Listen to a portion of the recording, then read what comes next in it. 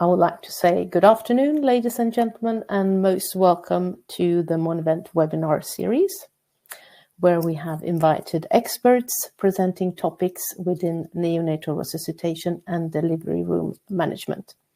My name is Maria Sipos, and I was supposed to have my co-host, John Whitmore, with me today. Unfortunately, he disappeared while going into the live room. So we hope that we will have him joining us during the time that we have the webinar.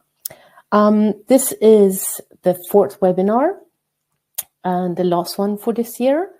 We will have new ones beginning of next year. So we are very happy to have Dr. Nadya Yousef and Dr. Alok Sharma here with us today. And they will be presenting on the topic of difficult airway management and simulation-based training for patient safety. As previous sessions, we have scheduled 1 hour, and we start with both of the presentations, followed by a question and answer session. So please feel free to ask your questions in the chat. And with that, I will start with Dr. Nadya Yousef, who's our first speaker. We've had the pleasure to have Nadya presenting earlier in this series, so maybe some of you already are familiar with her. Dr. Nadya Yousef is Senior Consultant Neonatologist and Deputy Head of the NICU at Paris-Saclay University Hospital in Paris, France. Dr. Yousef received her medical degree from the University of Oslo and has been trained both in Norway and in France. She has a broad experience in neonatology and neonatal intensive care. Her special interest areas include point-of-care ultrasound and the use of simulation-based training to improve patient safety and quality of care. Dr. Yousef is a pioneer in the field of neonatal lung ultrasound and has published extensively on the subject. She is co-author of the International ESPNIC Point-of-Care Ultrasound Guidelines, and she directs a course on neonatal and pediatric lung ultrasound in Paris and has taught and lectured internationally in Europe, Africa, Asia, and North America. She is also a firm believer in the role of simulation-based training in improving team performance, patient safety, and patient outcomes. She's actively working to integrate simulation into the clinical reality in neonatal care through national and international collaborations in research and training. The title of Dr. Yousef's presentation is Using Simulation to Improve Patient Safety. And let's see, before I hand over, I'll do like this.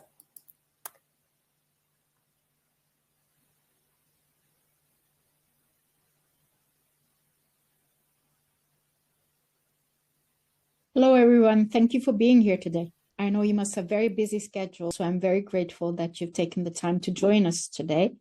I will be talking about using simulation to improve patient safety and asking the question whether it is possible, regardless of location and resources. First off, I have a few disclosures to make. I'm part of the emergency team here in France. Emergency is a company running in situ simulations to improve patient safety and risk management. I've also been a faculty in the Improve Academy that Dr. Sharma runs.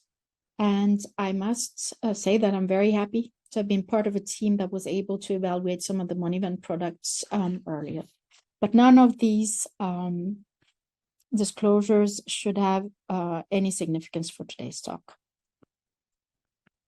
So to start with, I think you agree with me that we have a long history of simulation-based training in medicine, and simulation has become an integral part in neonatal training programs worldwide because simulation activities are low risk for patients. Simulation has become a very important tool for teaching non-technical skills that we can't teach using traditional methods. And simulation has become an essential tool in the training of teams. TER is human marked a new way of looking at the healthcare system.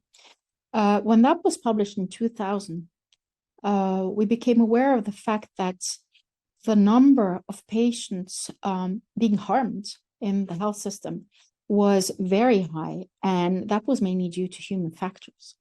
And that led to a paradigm shift then in the 20th century, where we have been learning a lot from industries like aviation and specialties like anesthesia. And slowly, medical training started to shift from an apprenticeship time-based training to more competency-based with focus on patient safety. When it comes to neonatology in 2000, Dr. Alok, who was one of the pioneers of neonatal simulation, proposed a new approach to teaching neonatal resuscitation using simulation, which has led to the neonatal resuscitation program, which is well known worldwide.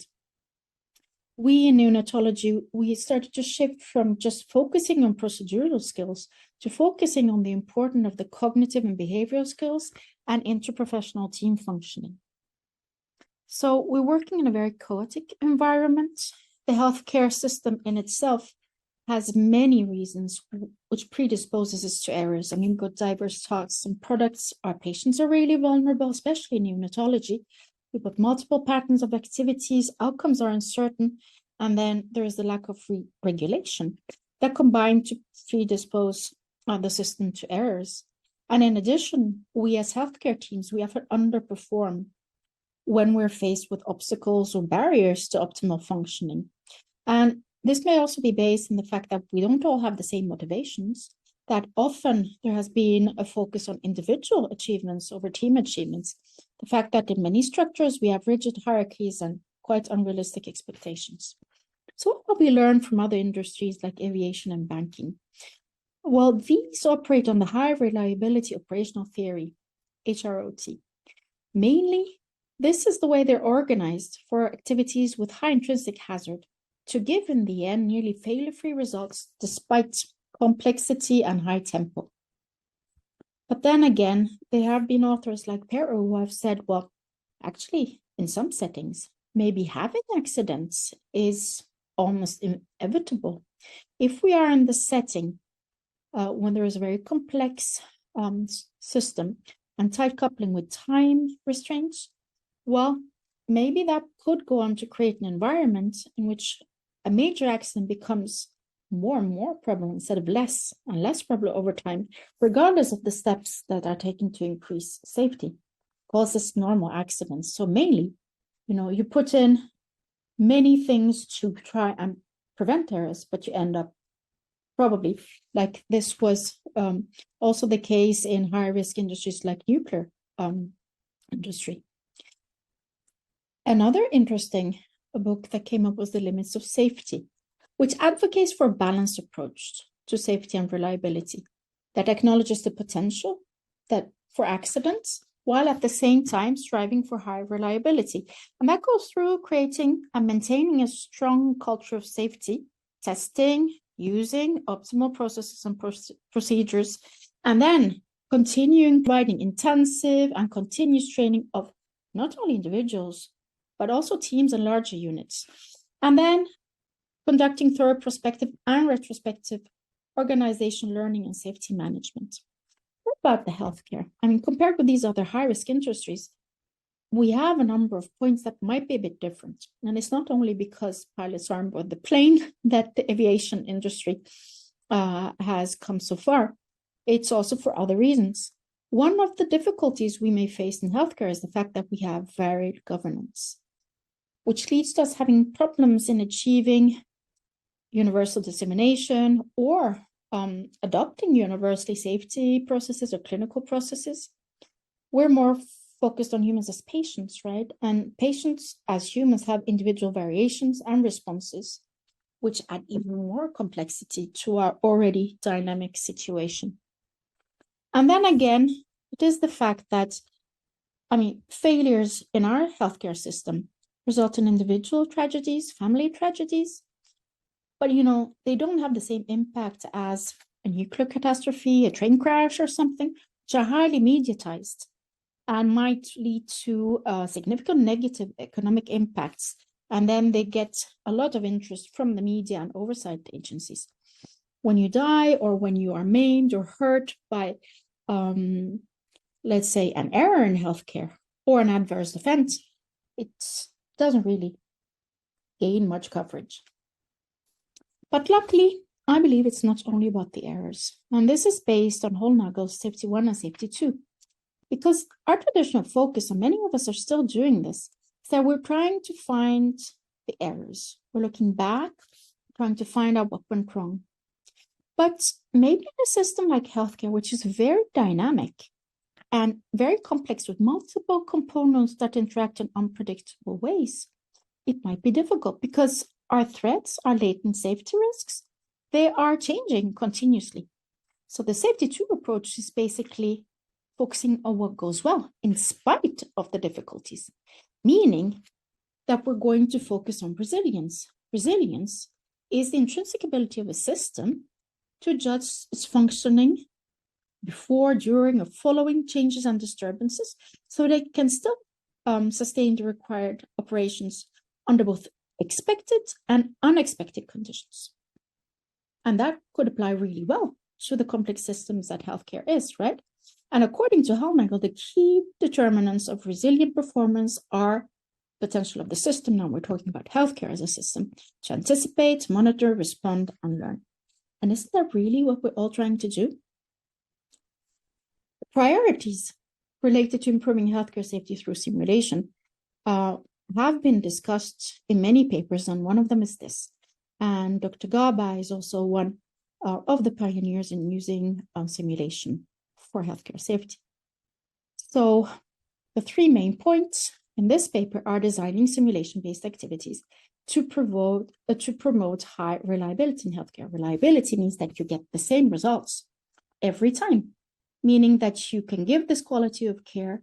The system is sure, it is reliable, but also developing the activities to foster resilience in healthcare systems, which means that if something comes in to disrupt the way the process, we're still able to adapt.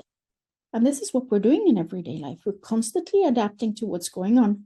Things don't always go according to plan, but we still usually manage to, come to a result that we're looking for.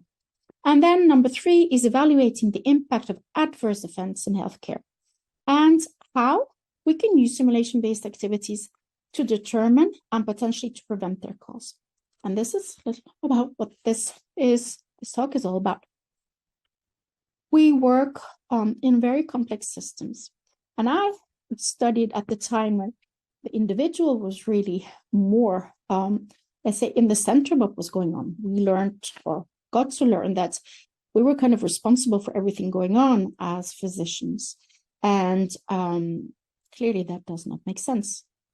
Because in pushing individuals to becoming technically very proficient and not focusing on the interplay between other team members and the conditions where things are happening, and the tools and technology and the physical environment and the tasks at hand, you only get a very, very tiny part of the story. So basically, what can we do to get a safety culture or to improve patient safety, whatever our setting is? Well, one of them is focusing on the individual, right? Make sure that they have the competencies needed in our setting. And this FAST diagram, functional analysis system techniques, is a very nice way of doing it. If you read it from this side where it has how, so your main objective is to ensure patient well-being, right? And how? By preventing harm and enhancing health. And how do you do this? Well, you ensure the individual's ability to execute medical procedures effectively. And you keep on moving on these steps until you get all the way to, you can see here number 22. And if you take it on the other way, if you start with a why, you can say, why would you perform patient simulations? Well, because it's effective training to enhance the knowledge and develop technical skills and create self-confidence so that the individual is able to execute medical procedures effectively to prevent harm, enhance health, and ensure patient well-being. So on the individual level, We know that simulation-based training is associated with large effects with the outcomes of confidence, knowledge, skills, attitudes, and behaviors. This is not new. But we also know that we can use simulation to improve adherence to established protocols and bundles, for example. But the question is, can it counteract the effect of decreased working hours for our trainees and the number of missed opportunities? Because we know that these are challenges today in training. Our trainees and even more seniors, we have reduced exposure for the trainees is because there are duty hour restrictions in many countries. But it's also in our field that we're moving towards less invasive procedures, for example, ventilation. And then there is the fact that we have limitations in simulation equipment or in trainers, for example. The challenges are that it's much easier often to focus on technical skills. But how do we actually translate them into the clinical environment? And once we have obtained these skills, how can we actually maintain them? How often do we need to retrain? Where simulation is very, very interesting to use is when we focus on team levels. You know, most of the errors will come from what we call human factors. Errors of communication, difficulties in coordination, no leadership, for example, that will hugely impact, for example, neonatal resuscitation. So such factors can be addressed throughout simulation. And these simulation-based strategies can be tailored for teams and adapted to their needs and their realities. And it's possible to deconstruct, for example, the components of clinical performance and teamwork, and then focus on both the technical psychomotor skills, if that is interesting, but also on the non-technical team-based competencies. And also promoting resilience through speaking up, especially in teams where hierarchy is very high. It is important at some point that somebody speak up. So by using simulation to promote a culture of safety, that means that we're encouraging a proactive environment to finding threats to safety for the patients, and also promoting a blame-free approach to analyzing the problems, which we need to have, right, to be able to see what went wrong or what we need in order for things to not go wrong. And then by engaging the learners to choose the scenarios that they identified as risk-filled in the clinical reality. So they're really based on the clinical experience, which gives an excellent learning opportunity. And then on a systems level, because again, we have moved away from this individual approach to more systems level. Simulation can be used to identify latent safety threats. For example, if you're doing a run and then you find out that possibly nobody knows how to get a bag of blood in an emergency, which number to call, or maybe the phone isn't working, or this is something you prefer to find out during a simulation run and not if this actual scenario happens. And then you can test out the impact of the strategies you have put in place to reduce the risks. You can use it to test new equipment or new spaces, new environments, or to track workflow. There's a number of uses you can use, and it's only, the beginning of what can be done if we're just, first of all, being creative, and then second of all, looking at the needs in our unit or in our healthcare facility or in our setting. One alternative that is very interesting, in my opinion, is using in situ simulation, especially if resources are scarce. In situ simulation is basically conducting simulation scenarios in the actual clinical environment using the clinical equipment and the resources that already are on site. And that can really help to improve interdisciplinary teamwork and patient safety, to identify latent threats in the unit and test new spaces and equipment. And they have a number of advantages. The fact that the teams will be working with the same material, same colleagues, same procedures, reduce costs, teams training, which really increase fidelity and transposable objectives. But of course, there are a number of drawbacks also. It's the fact if you need, you're sharing space and material, and you need to have available staff, and that competes with the clinical burden. You may risk breaking equipment. You might have some errors related to mock drugs. And of course, it might be a source of added stress to patients and parents. And a major point is also psychological security, learning in front of colleagues. So if in situ simulation is being used for any kind of evaluation, this clearly has to be said beforehand. Otherwise, there is a breach of trust. So the challenges that we really face when dealing with simulation is universal. That doesn't matter whether you are working in a remote area with very few resources or in a very well-equipped, let's say, an ICU or intensive care unit somewhere. The challenges are defining the learning objectives, because this is essential to any simulation activity. The learning objectives are central to the scenario design, and they assist in the choice of the material you're going to use. And importantly, they're essential for the post-simulation debriefing, which is really where a lot of the learning happens. So these objectives must be pertinent, they must be realistic, and they must be adapted to the learner reality, be it resources, cultural settings, etc., and ideally based then on adult learning theory. And the challenges we may face is actually achieving fidelity. What does fidelity mean? It's the level of realism that we have in a simulation activity. And we're human beings, we have a lot of imagination.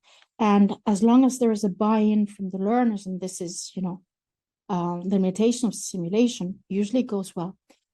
But in order for the learner to be engaged, this fidelity has to be adapted to the type of learner and the context. It should be there to decrease the cognitive load. And it can be done using multiple things. It could be using, for example, mannequins, task trainers, software, or by recreating an environment that resembles a clinical setting. And of course, there are the scenarios that have to, the learners must be able to relate to these, and they have to trigger cognitive and psychological responsive. Another challenge is cost. There are still no clear data showing cost effectiveness of simulation, and it is a real investment. However, you do not need to buy the latest high-tech, mannequins in order to start your simulation program. Actually, you could be using low technology mannequins if you have that, and many do exist. And there is no evidence actually showing that high technology are superior to low technology for training in neonatology. You can adapt the available material to the desired learning objectives, or you can recycle stuff from the unit, or you can share with other teams. There is an unmet need for high technology mannequins in neonatology, and you do need technical support for that. There are multiple other ways we can do simulation. That does not necessarily need a lot of money. It does need human resources, of course. One of them is storytelling. For example, if you say, what if? What would I do if I was, for example, if you're posing a situation to another person, and then you will probe and say, what would you do? I mean, we often use this during teaching, for example, in medical school, or storytelling. If somebody tells a story, and then you will think about, what would I do if I were faced with the same situation? A very effective way is using role-playing, where we practice the actual thinking and communication with others, and often we can switch roles, which may also help to share mental models using patient actors, standardized patient actors, professional ones, is excellent in terms of learning outcomes. And if it comes to procedures, we can be very creative. For example, you can use food items for a number of procedures or other low-tech equipment. And then there is the newer technology. You can do a lot with a small amount of technology, like diagrams, photos, smartphone apps, like monitors. And just going back to these mannequins, there are some very simple mannequins out there that have shown to be very efficient, for example, in the Helping Babies Breathe program, which is spread worldwide and which has really been implemented in multiple areas in the world with good results. The program is simple. The mannequin is really simple, but it comes with a curriculum. So again, there has to be a set curriculum with clear learning objectives. And then we come to neurotechnology like telesimulation or virtual reality, and they can be very interesting. The most, I would say, challenging challenge is time and human resources, because it is time consuming. The learning objectives, scenario design, preparation sessions, they take time. And you cannot have that many people in each learning session if you want to be able to get the best outcomes. And this is where human resources come in. You need skilled facilitators, somebody who's trained And then you've got the learners, and you need to be able to have them come and take a break from the clinical activity in order to train. And of course, you've got the organizational barriers, absence of support from policymakers, unwillingness of staff members, staff turnover, etc. And once you've started a program, there is always, of course, the issue of actually sustaining it. For that, you need a buy-in from the team, that they perceive that there is an added value to this, but also from the decision makers, where you need to show maybe your data, cost effectiveness, or then you do need support from hierarchy. But, it's time for innovation. I think there are so many things that are promising, which we've also seen through the impact of epidemics and crises. Neurotechnology is very interesting. A number of things are being assessed, be it virtual reality or just simply simulation, where you've got the facilitator, possibly at the other side of the world, and you're actually able to run simulation programs through that. And there are also places where you have mobile simulation vans going around, different programs. So I think the thing is, being flexible and pragmatic will bring us a really, really long way. So in my opinion, simulation-based training for improving patient safety can be adapted to any setting, any geographical location, any resources, but there are main rules to respect them. They mainly go on learning objectives and thinking through how to set up the learning activity and be able to focus on, again, teamwork, communication, leadership, and to integrate the data from outcomes, adverse events in the setting to see how it is possible to improve patients' care there. And again, like I said, the neurotechnology is really promising, but we still need more evaluation. In the future, I believe that has been said by Gaba and by others, that the integration of simulation into the clinical reality with the goal of establishing high quality, safe, reliable, and resilient systems to improve patient safety and patient outcomes must be a priority. So really, the future of simulation in healthcare, it depends on the commitment and the ingenuity of healthcare simulation community to see that improved patient safety using this tool becomes a reality. So I'd like to thank you very much, and I'll be happy to take your questions in the Q&A session.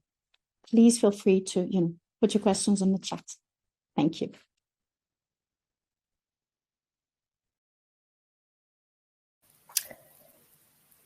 Thank you, Nadya. Thank you for your presentation. So I will continue with the next speaker, and then we will take the questions after Dr. Sharma's presentation. So our next speaker, Dr. Alok Sharma, is a consultant neonatologist working at the Corniche Hospital, Abu Dhabi. He has worked as a consultant in neonatology and pediatrics for 22 years, having trained in India, Vietnam, and the United Kingdom. He is director for the Improve Academy, a not-for-profit educational initiative in neonatology, which has helped deliver education in the United Arab Emirates, France, Austria, Germany, Vietnam, India, Kenya, and Nepal. He has founded the Neonatal Ethics and Difficult Situations course, which is run nationally in multiple centers in the UK, and he's chair and lead organizer for the European Neonatal Ethics Conference. Dr. Sharma's research interest is in CRM and human factors, and he has also developed the open concept in simulated learning and worked on its implementation in ethics education. He has run numerous workshops on the ethical aspects of implementation of therapeutic hypothermia in India. And Dr. Sharma has presented at over 100 national and international conferences and has over 50 peer-reviewed abstracts and publications. The title of Dr. Sharma's presentation is The Best Attempt Approach, Management of the Difficult Neonatal Airway. So we open the floor for Dr. Sharma. I'd like to thank Monivent for giving me this opportunity to speak to you about the best attempt approach in management of the difficult neonatal airway. It's Dr. Alok Sharma, and I'm a consultant neonatologist working at the Corniche Hospital. I have no to declare. I'm going to spend some time speaking to you about differentiating the difficult neonatal airway from difficulty in managing the neonatal airway. This is a concept that's not been extensively covered in the literature. At birth, approximately 10% of babies need airway breathing support of some kind. About 5% of these babies will need airway management with either IPPV or intubation, and a small proportion of these babies will present with difficulty in management of their airways because of an underlying anatomical or physiological problem with their airway and the heart-lung system. Now, by definition, the difficult neonatal airway has been defined by the American Society of Anesthesiologists as an inability to mask ventilate or intubate a baby.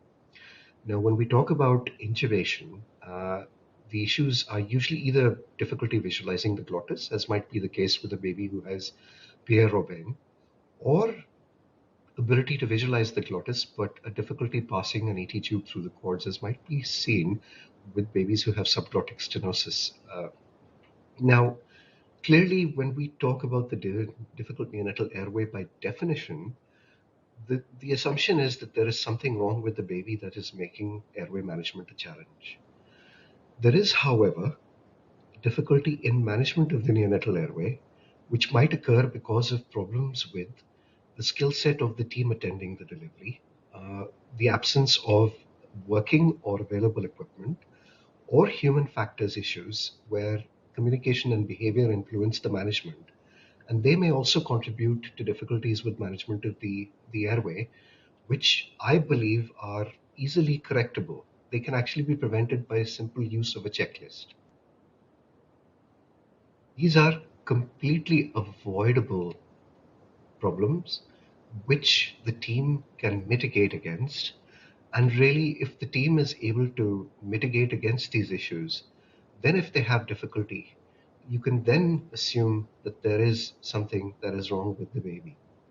In fact, your first attempt should always be your best attempt. And if you have mitigated against issues of skill, of equipment failure, you have done crisis resource management training. There are huge benefits when you end up in a situation of a difficult airway. So what is the basic assumption? The basic assumption is that as individuals, we train in neonatal life support algorithms, and we intend to deliver resuscitation with the best of intentions with a view to producing a good outcome. Unfortunately, there are factors outside of our control that can affect our performance on the day, and that may result in an outcome that is less than optimal. So a simple example that I'd like to quote to you, this is a hypothetical example of management of a baby who has to have a surgical procedure where we're electively intubating the baby. Now, clearly you can see that there is a lot on this team's mind. So the nurse naturally is preoccupied. The consultant has been up for 36 hours and does not know where his glasses are. But more importantly, the person who's managing the airway, an experienced registrar, has secretions and can't visualize the cords. But she's failed her previous 3 intubation attempts, and this is weighing on her mind. So clearly there are thought processes outside of this which might actually compromise this team's performance. But this team has also not used a checklist, and for that reason, they have not checked whether the suction was working. It isn't. And the intravenous access has also extravasated, resulting in inaction of the pre-medications that have been administered to this baby. So actually, a failed intubation in this context is not the result of an anatomical or a physiological problem with the baby. It's a result of a lot of things that are going around, including human factors in the absence of preparation. And all of these factors can be mitigated against. In my opinion, this is not this team's best attempt. How do we manage difficult airways in neonatology?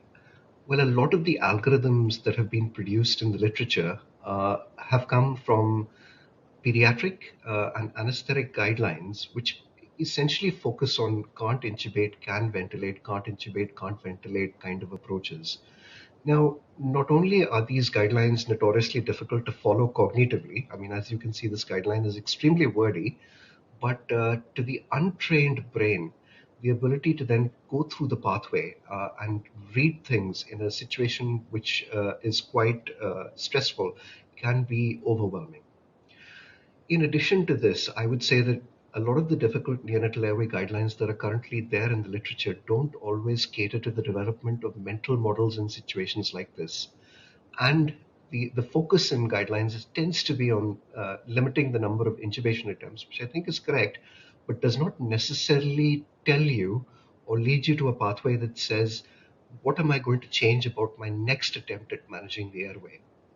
Now, the one thing I would like to warn against is that repeated failed attempts at intubation without an understanding of why or what you're going to change can result in glottic edema and can result in quite a difficult situation.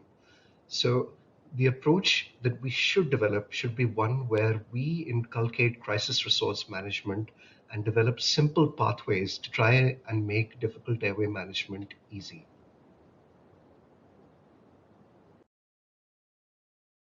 This brings me to the best attempt approach. This is a quality improvement initiative that we implemented in Southampton University Hospitals, where I was previously working. The entire concept of the best attempt approach focuses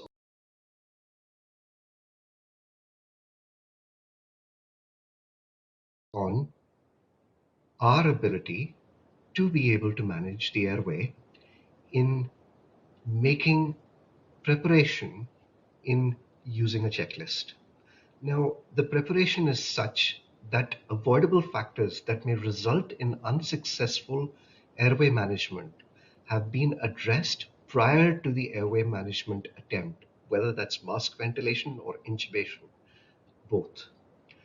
The important thing is that this helps prevent difficulty in management of the neonatal airway that might arise due to factors like the team composition, the skill set, uh, equipment, making sure that equipment is working, team dynamics. But more importantly, it means that the team is then prepared if they have difficulty managing the airway because they've failed to address issues of anatomy and physiology that might be complicating this intubation. That human factors is not really the issue in this particular attempt. Now, if teams prepare for this in their first attempt, then actually I would say your first attempt will be your best attempt. The important thing from our perspective is that when we talk about the best attempt approach, it is the right team that is managing this baby's airway, that is appropriate numbers with the right skill set, with their roles decided, uh, working with the right equipment, which is appropriate, checked, and working, having discussed a plan, so an intubation or an airway securing plan, but also discussed a plan that addresses intubation failure and escalation to the difficult airway pathway if they struggle. They should standardize the processes of escalation, that is calling for help. So who are you going to call and how are you going to call them? And my experience of putting this pathway in place has involved a lot of CRM training, but a lot of focus around issues of assuming leadership and communication between team members, which becomes quite critical in situations where intubation or airway management is becoming difficult. Now, how have we gone about developing the best attempt approach in Southampton? Well, as a first, the one thing that we wanted to do was optimize performance in both context of anticipated difficult neonatal airways, so where we might have an antenatal diagnosis of a baby who we, we predict might have difficulties with management. Alternatively, also looking at the situation where we have unanticipated difficulties in management of an airway. Say an ex-23-weeker who's recently extubated after multiple intubation attempts, who has developed respiratory distress and stridor. The intention from our perspective was to standardize the teams and the approach that they would take, alongside standardizing equipment, standardizing the clinical approach of plan A, plan B, and following an algorithmic approach which addresses issues with difficulty in management with a simple flowchart that has pictograms in it. At the end of the day, the intention from our perspective was to teach teams to recognize difficulties with airway management. Say if it was intubation, to recognize whether they're having difficulty with visualization, or difficulty where they can visualize but can't intubate the baby. Now, we've given them alternatives in how they manage that situation using a video laryngoscope. But if they're having difficulty trying to intubate a baby who might have a structural problem, then early escalation to our ENT team is the pathway that we tend to follow. And the important thing is we've standardized the approach and how we get to them as soon as possible. So how did we implement this training? Well, as a first part, what we have agreed whenever we have an anticipated neonatal difficult airway, or even a simple management of change of an endotracheal tube or intubation, is having a structured approach to how we go about preparing for this. And we do this in 4 phases. So the first phase is having a pre-intubation huddle, where the team, which is a standard 4-member team, which I'll talk about, meets prior to the actual airway management attempt. Now, this may be, not necessarily intubation, might be just airway management that we're planning for, or PEEP, as we might do in an extremely preterm baby. But the intention from our perspective is that we check all the equipment and make sure that it's working, as well as prepare it for the urgency of the situation. So once this is prepared, the team meets and goes through a checklist which addresses certain issues, which I will discuss with you, but more importantly, goes through a roles, equipment, plan, action, escalation policy, which tends to prepare the team for the unexpected. Now, once we have discussed all of this, it's only then that the procedure starts, and it ensures that this attempt, our first attempt, should be our best attempt. Now, the important thing from our perspective is we use a checklist in this process. And as I discussed with you, we have standardized how we discuss this. We discuss any risk factors that might be there if this baby's previously been intubated. But we also know that babies who are extremely small can have multiple intubation attempts. And what we try to do as part of our quality improvement project is minimize the number of attempts that are needed for extremely small babies. Now, the reason we have put this in is because we want the most experienced team member intubating these babies, as opposed to, I would say, colleagues in training. More importantly, what we get the team to do is go through what we call as REP, or roles, equipment, patient, and then discussing plan A, which is essentially the plan for airway management of the baby in that situation, but also preparing for the potential that they might have what I say is airway management or intubation failure, so a backup plan. Now, this is clearly a checklist where the roles of the team, the lead intubator, the assistant, who is going to administer medications if we're doing an elective intubation, but more importantly, which of these persons is going to have global overview and assume the role of a scribe and have oversight. So we go in with 4-member teams. We prepare all our equipment and make sure it's working. This includes IV access, pre-medications, as well as making sure that we have a working laryngoscope with batteries and an appropriate size mask, all things that can complicate airway management if the equipment is not working. But more importantly, it's important that we confirm that we have appropriate monitoring in place, including keeping babies warm. This is quite important during the intubation process. Now, there's a question that I'm often asked whenever I teach on my Difficult Neonatal Airway course, which basically talks about, well, how many team members are necessary when you're going for, say, a routine elective intubation. And I would say that in our setup, we use a 4-member team, which comprises of a person who is lead manager for the airway, who we call Airway 1, followed by a second person who feeds back, helps secure the tube, it feeds back heart rate, and if there is bradycardia, can also help with compressions. This is Airway 2. We have an experienced nurse who helps administer pre-medications, and in my setup where I currently work, we have a respiratory therapist who also acts as a runner, but again, can help with equipment if necessary. Most importantly, we have a 5th member of the team who acts as the person with global overview, who is a CPR coach and scribe. Now, he is supernumerary to the team, and the reason for this is he has global overview in a situation which I would call as a very high fixation event. It's quite essential that there is somebody who has global overview. Now, in setups where you will not have enough team members, my recommendation is that you should go in with at least 3 members of the team to be able to manage airway, breathing, but also to have somebody who can do circulation access and have an experienced nurse who can manage equipment. Now, in those teams, one of these 3 members would have to take the role of having global overview or being the CPR coach, and that role might change based on the roles of the other persons, because my experience is the person managing the airway is often hugely fixated. What is important from our perspective is, well, what does the evidence say? Now, the evidence clearly from our perspective comes from a very nice randomized control trial that's been done by a colleague of mine, Nathan Sundgren, in Texas. And they looked at the effects of team size on a decision support tool, looking at healthcare provider workloads in a simulated neonatal resuscitation. Now, in this randomized trial, a 3-member team was much better at being able to manage workload, being able to manage cognitive load in a situation where a baby needs neonatal resuscitation as opposed to the minimum 2 members who are recommended by the NRP. I mean, this is something that extrapolates very much to the difficult neonatal airway situation.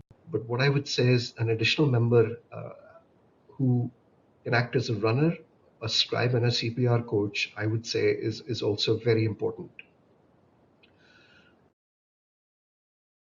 I think when you talk about standardizing teams, you don't want to have too many people, as you can clearly see over here, where things can become quite chaotic. But really, the organization of the team around the baby also becomes quite important, in that this is a 5-member team with Airway 1 and Airway 2, but everybody on one side, making it quite crowded and making it quite difficult for people to actually keep an eye on chest wall movement as well as the vitals. Now, what is important is that we have team positioning that is appropriate whenever we are managing the baby's airway.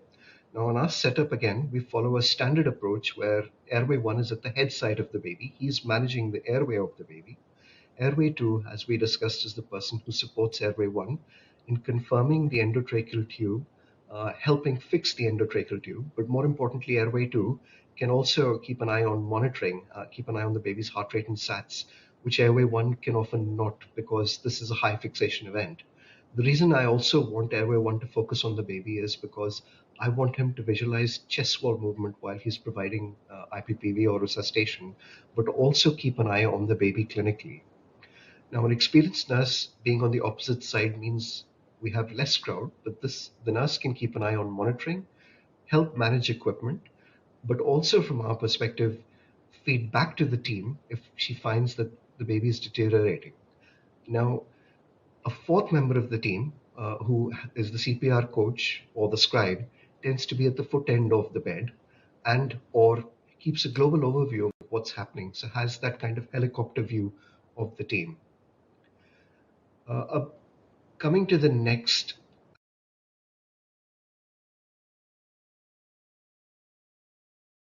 aspect, well, we have standardized our equipment, and all airway management, including intubation, takes place through equipment that is kept in our simple trolley, which focuses on airway and breathing.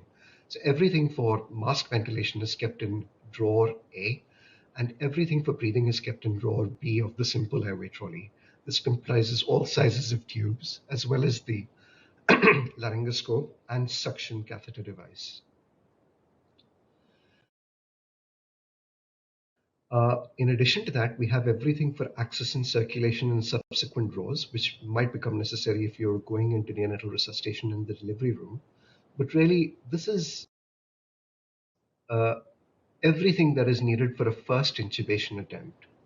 Now, should our team fail their first intubation attempt, they are encouraged as per our pathway to verbalize that they have failed their first intubation attempt using the simple airway trolley, but then to get the difficult airway trolley and get the difficult airway pathway. And our difficult airway pathway works on an algorithm that has been endorsed by the BAPM, which helps to formalize the plan B of the checklist, which we discussed in the pre-intubation checklist, as well as thinking of plans C and D if we need additional help or a multidisciplinary team. Now, these pathways are designed with pictograms which allow the nurses to recognize the equipment. You might have a nurse who's never seen what a radiolaryngoscope or a CMAC looks like, or what a broad blade or a severed blade looks like. So we've developed pictograms for them, which are then color matched to our trolley, which has the equipment in those respective drawers. And the guideline is placed on the difficult airway trolley.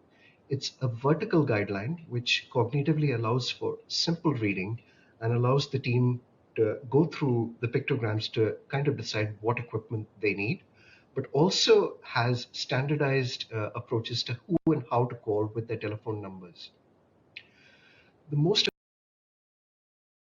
important thing from our perspective is it's kept in a standardized area of the unit, which is equidistant from all our intensive care units. But if a baby has a difficult airway in theater or up on the third floor of our hospital, we have a grab box which is kept just above this, which the team can take, which also has this pathway and a similar color-coded instrument scheme.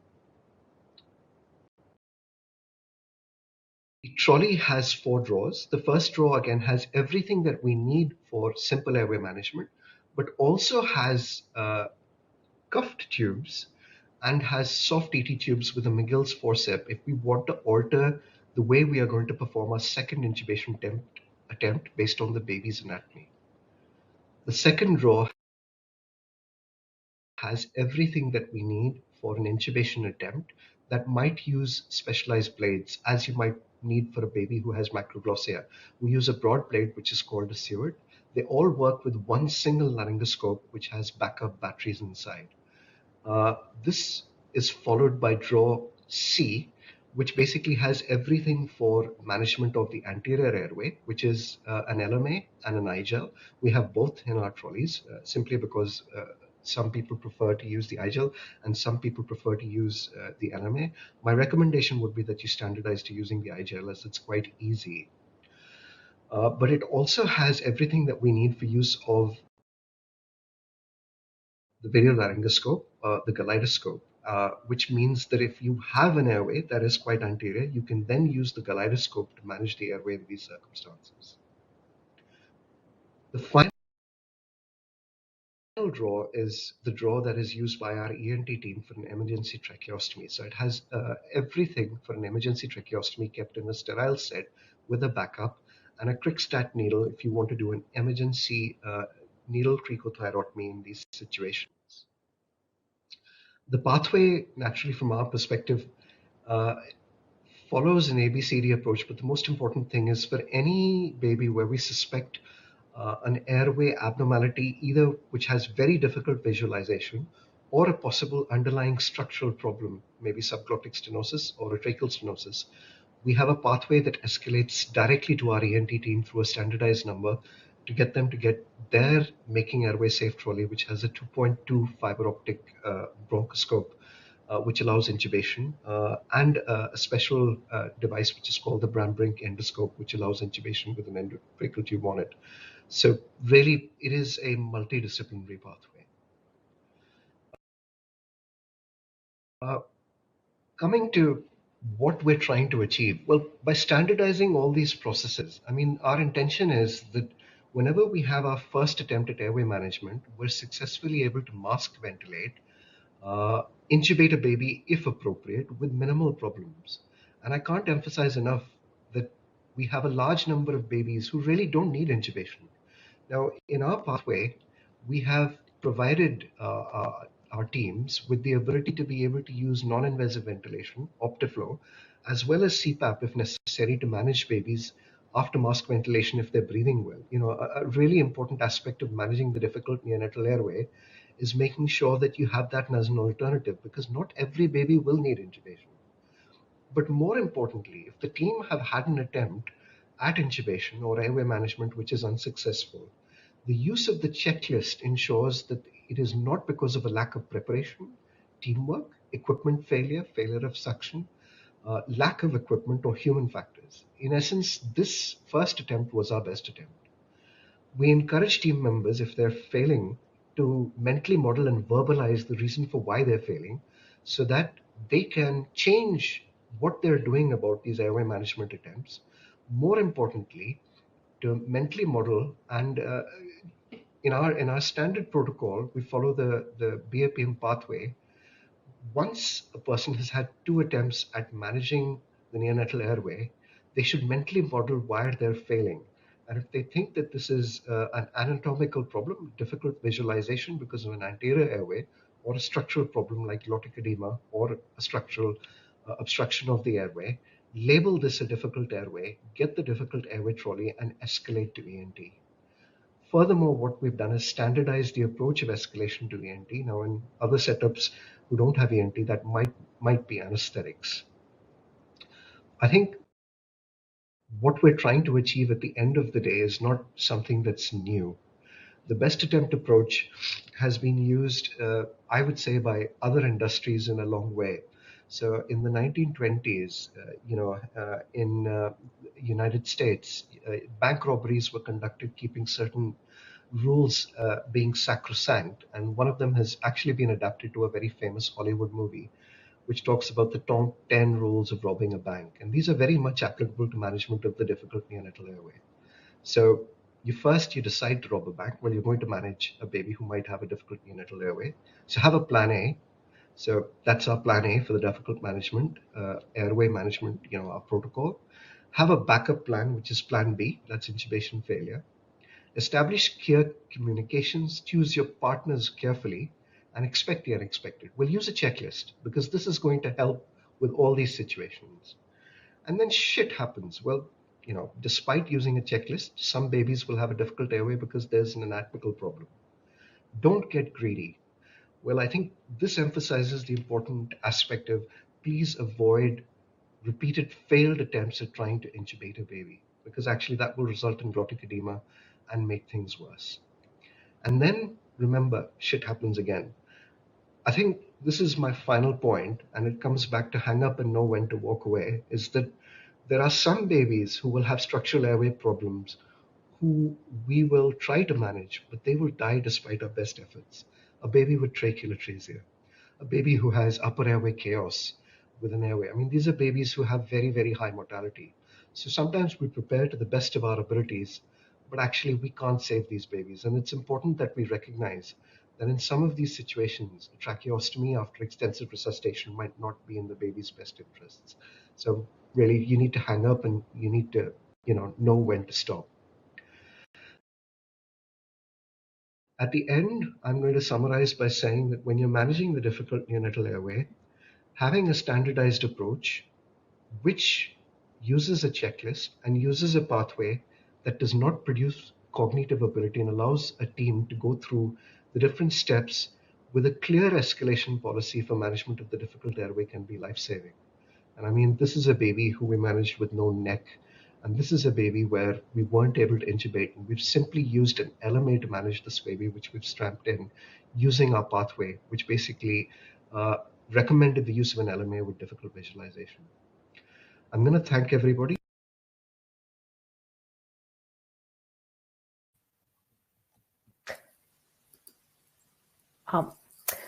Thank you, Dr. Sharma, and thank you, Dr. Yousef, for your presentation.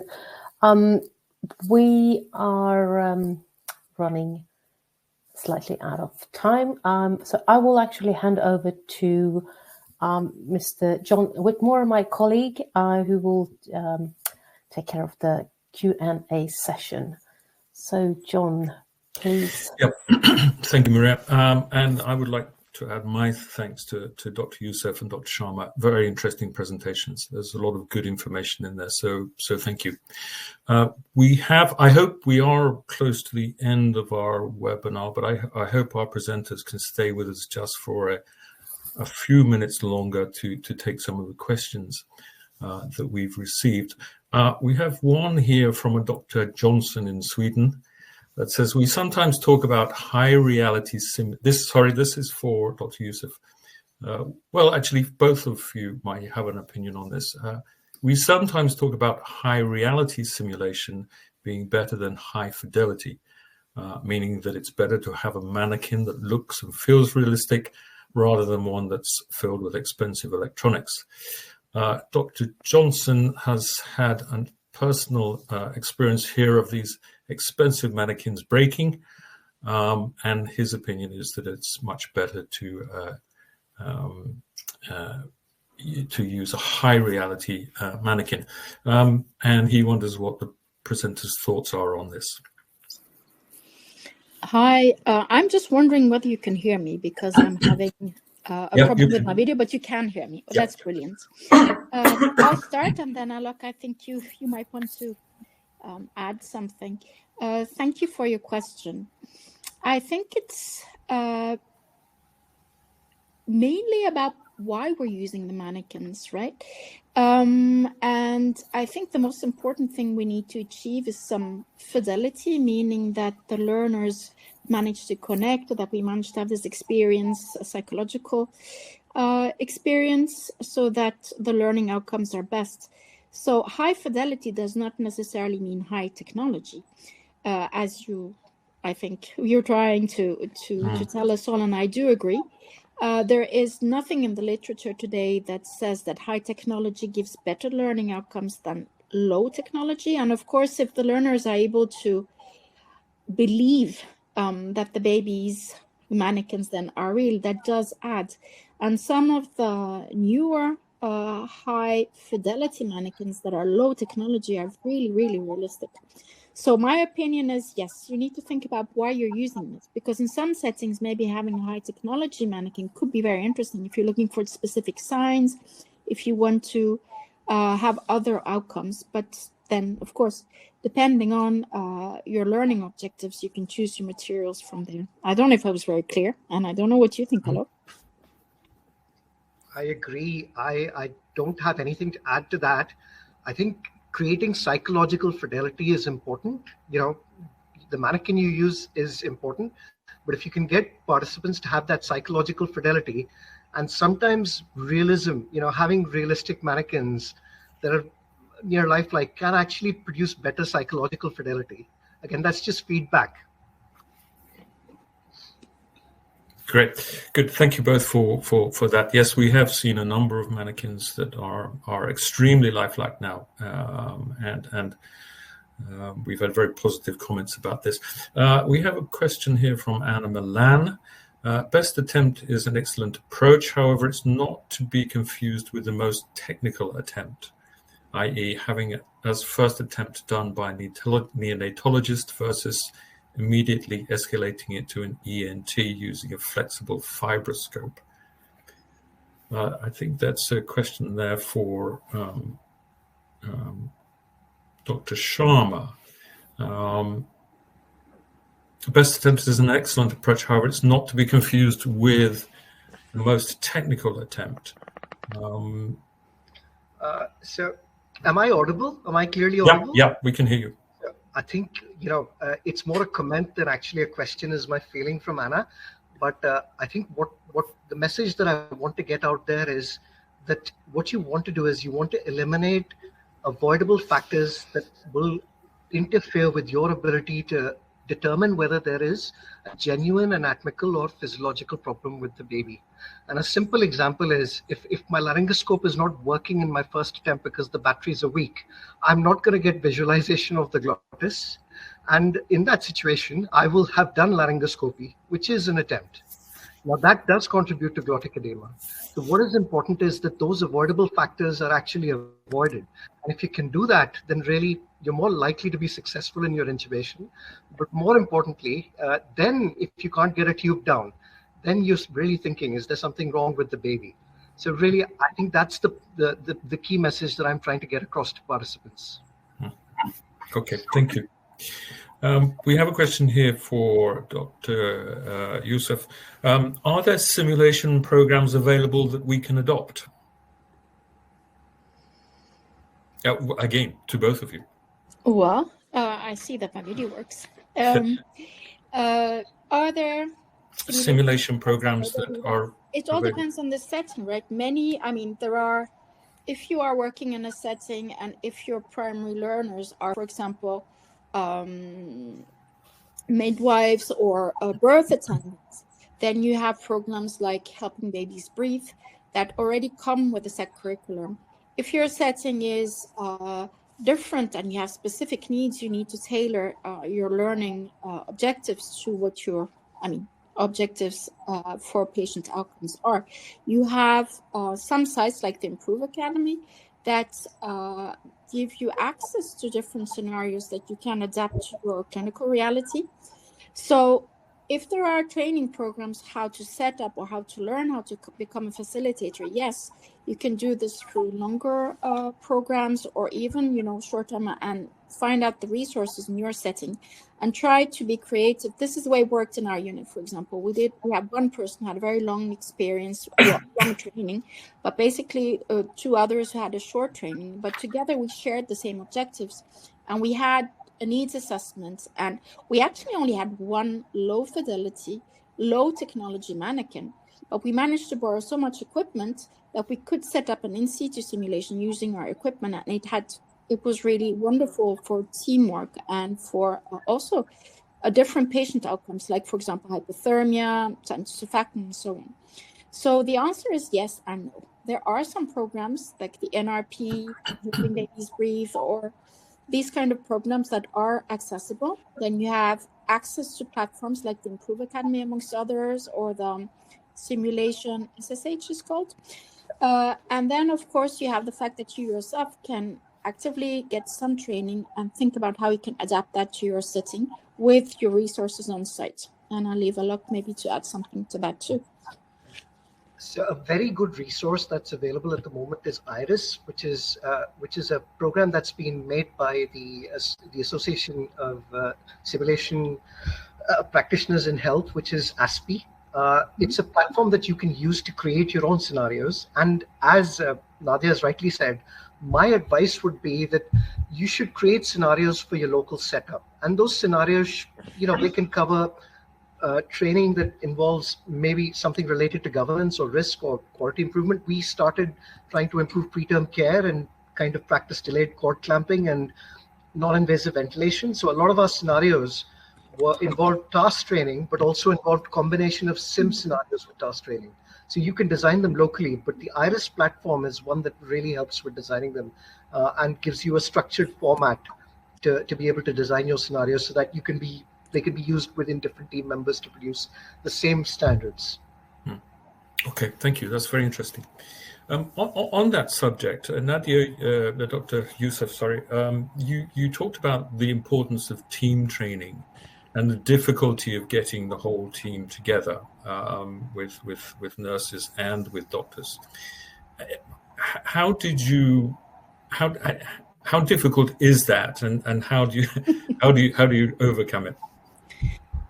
Well, in my experience, it is kind of tricky because we're chronically understaffed. But on the other hand, we use our simulation program to not only train our multidisciplinary team, but it was also kind of bonding experience, really. We were going through a rough patch. We had epidemic and we had bad team morale. And we found out that by using our simulation activity, we could get to know one another better. And we did this in a setting that was structured but still informal, where everybody was really clear on that we were not experts trying to help. We were here to discuss. We had identified needs, things we needed to improve, and that we were here to share. And I think the fact that we, in the beginning, had worked a little bit with each other did help. And then slowly after this first session, where we were, like Alok said, we had one component was technical skills. And then we started off during the golden hour because we had a number of issues with our preterm infants. And then we moved on. So we had all our different team members, nurses, juniors, seniors. We had even our psychologists, play therapists. Everybody came into these sessions. And we also switched roles so it was possible to actually share a mental model. And then from the first time, word got out. And there was a huge buy-in from the team, and then it just snowballed. So the next time we were able to have something for the delivery suite with the midwives and the people who were intervening there. So they actually got to know the NICU team because they're separate. And then when we were called for complicated deliveries or, resuscitation, we also knew the people. So we used this really as improve teamwork in all kinds of ways. So positioning was during the scenarios. Alok talked about how you position yourself. We use this for that. And we chose specific roles according to who was participating. So a more experienced practitioner we would try and get the leadership role. A more junior would have the technical skills. A more experienced nurse would be, we put in areas to see where she was able to see this and if she were able to speak. So we really modeled it to the specific, first of all, needs of our unit, but also the team members who we didn't know. And then we moved on again to team members we didn't really know. So for us, it really changed the team dynamics in everyday life. And in addition, running through this scenario several times made the people motivated. They wanted to, but the challenge was actually holding the sessions and multiple times. Although, for example, I was supposed to be the head facilitator. I had to go out, which was usually what you do, but there was a medical emergency, so that took precedence. But we were able to be pragmatic and move on, and we were always able to keep our learning objectives that we had clearly defined. So that was our experience. And again, the only thing we actually in the beginning had was a low technology mannequin. But the realism came from the fact that we recreated the clinical environments and we had the team members there. And then through the different sessions, we borrowed equipment from companies. So one of the technicians from the company would play the father of the preterm infant, so go into communication, for example, with parents. And at some point, we managed to get camera systems. So we were able also to use those who were observing as active participants and use this footage to discuss stuff later on. We did, in the end, have a high-fidelity mannequin that we're using mostly for the delivery suite, but actually we're using a lot less than the other ones. So going back to Pontus's question, in the end, it's a lot of work to get it working. It's very interesting when you can use it properly, but it's high maintenance. And depending on the scenarios you're choosing, it could or could not give you additional quality to the learning process. Okay, thank you. Dr. Sharma, anything to add to that? No.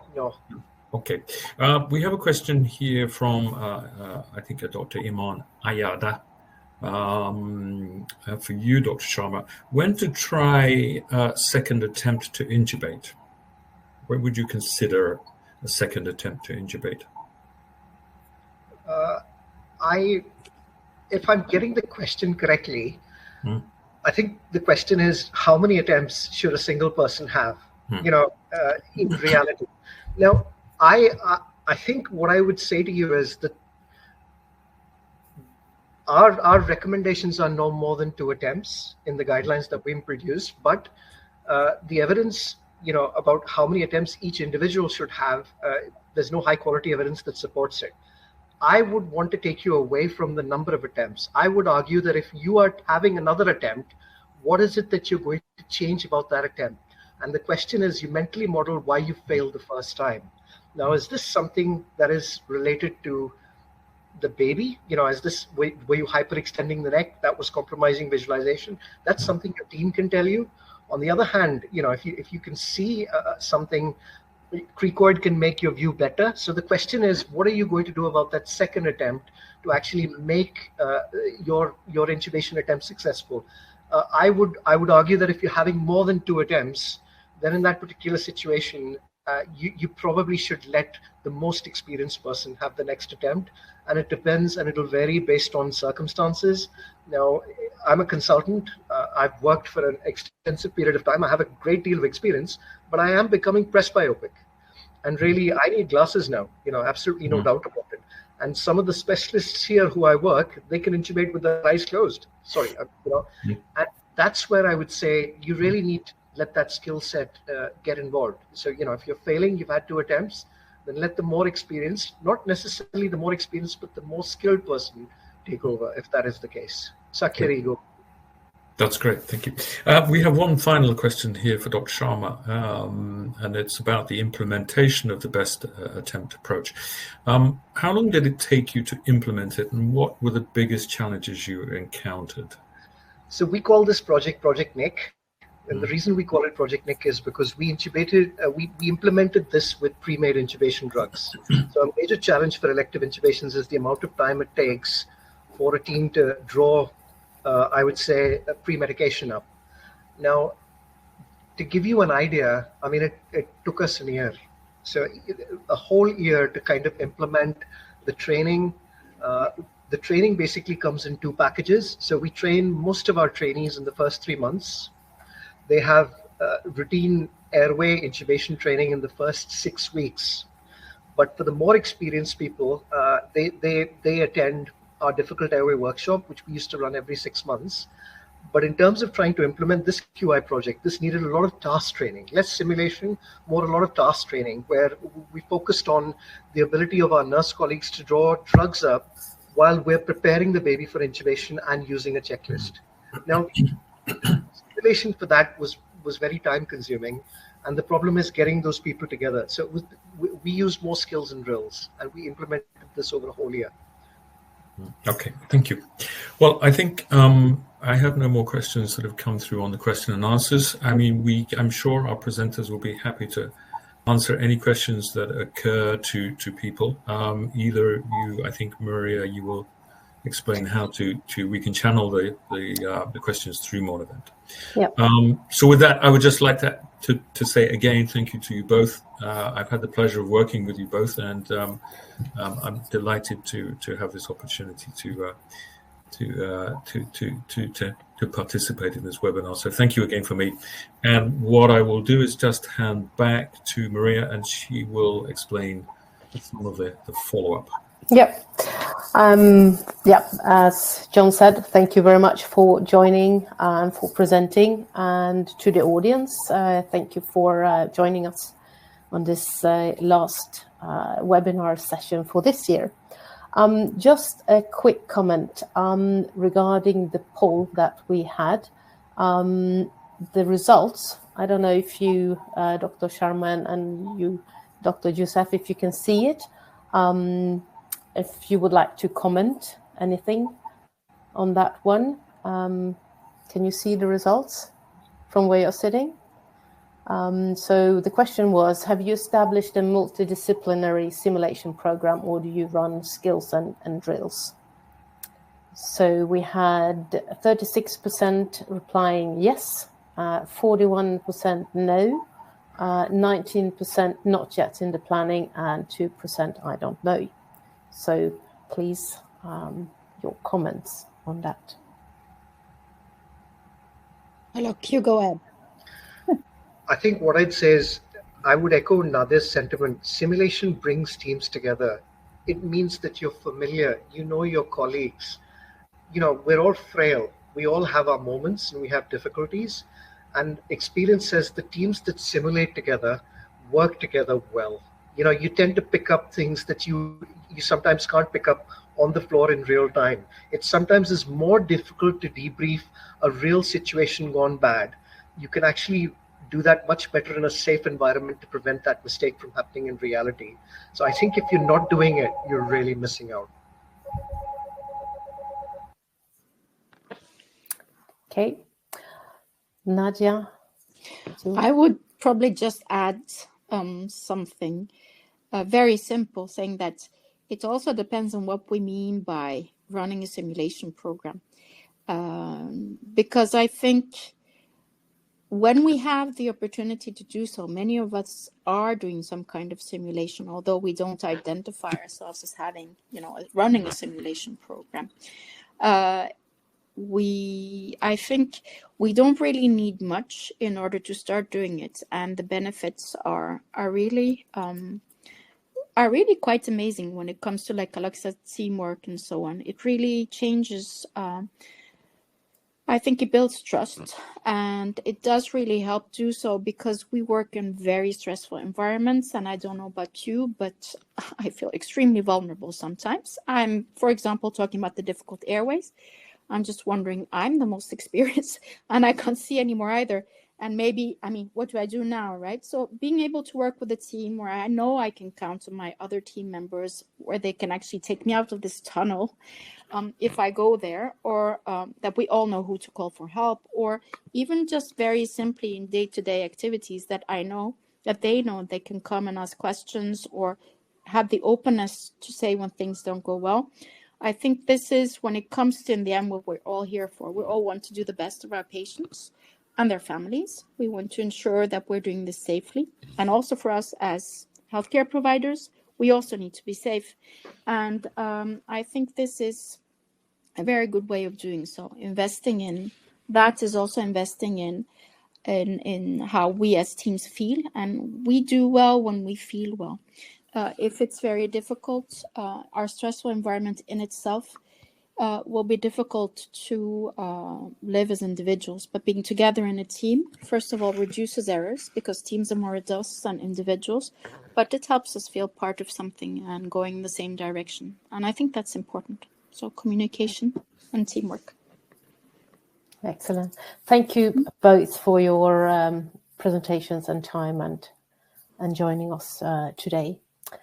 The webinar is recorded. It will be available within 48 hours. So there will be links sent to all those who have registered. And we will also make it available on our website and share a link in social media. So we hope to see you guys back beginning of next year for the new round of Monivent webinar series. So thank you once again, and see you later. Bye. Thank you. Bye-bye. Thank you.